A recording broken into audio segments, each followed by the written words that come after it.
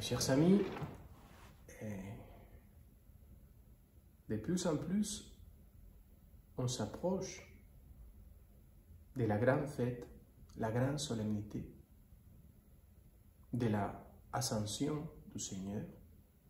L'ascension du Seigneur et Pentecôte. On est toujours en train de lire dans l'évangile qu'on lit dans la messe, l'évangile de Jean. Et l'évangéliste Jean parle, mais aussi, là, il parle de la communauté qu'il a gérée, qu'il a accompagnée. C'est une communauté déjà très sage au moment où ils ont écrit l'évangile. Ils se sont passés 70 ans, c'est-à-dire à ces moments-là, c'est peut-être l'année 100,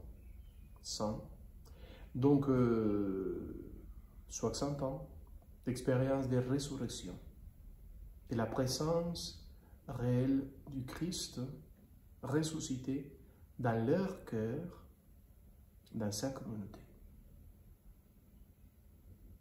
Ils ont déjà une sagesse. Ils parlent en disant « moi je m'en vais », c'est le Christ qui parle, « je m'en vais, mais je vous laisse le Paraclète », c'est-à-dire l'Esprit Saint. Paraclète, en grec, ça veut dire « défenseur », votre défenseur. Pourquoi défenseur? Parce qu'il va amener la présence du Christ ressuscité. Parce qu'il va parler avec des paroles divines auxquelles personne pourrait faire un combat, faire la guerre. Parce que la vérité de Dieu parlera par nous et sera parmi nous. Est-ce que vous acceptez cette présence, cet amour, ce pouvoir et cette tendresse du Christ, de Jésus, de l'Esprit Saint ressuscité et du Père qui veut venir habiter chez vous? Vous ouvrez les cœurs. Vous avez reçu déjà la présence de l'Esprit Saint dans les baptêmes déjà.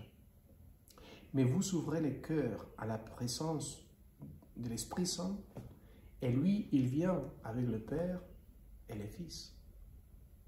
Inhabité par la Sainte Trinité. Ça, c'est expérimenter le ciel sur la terre. Voilà. Le ciel sur la terre. Est-ce que vous voulez le vivre? Allons-y. Vivons cette expérience. Laissons que Dieu fasse une merveille dans nos cœurs. Au nom du Père, du Fils et du Saint-Esprit. Amen.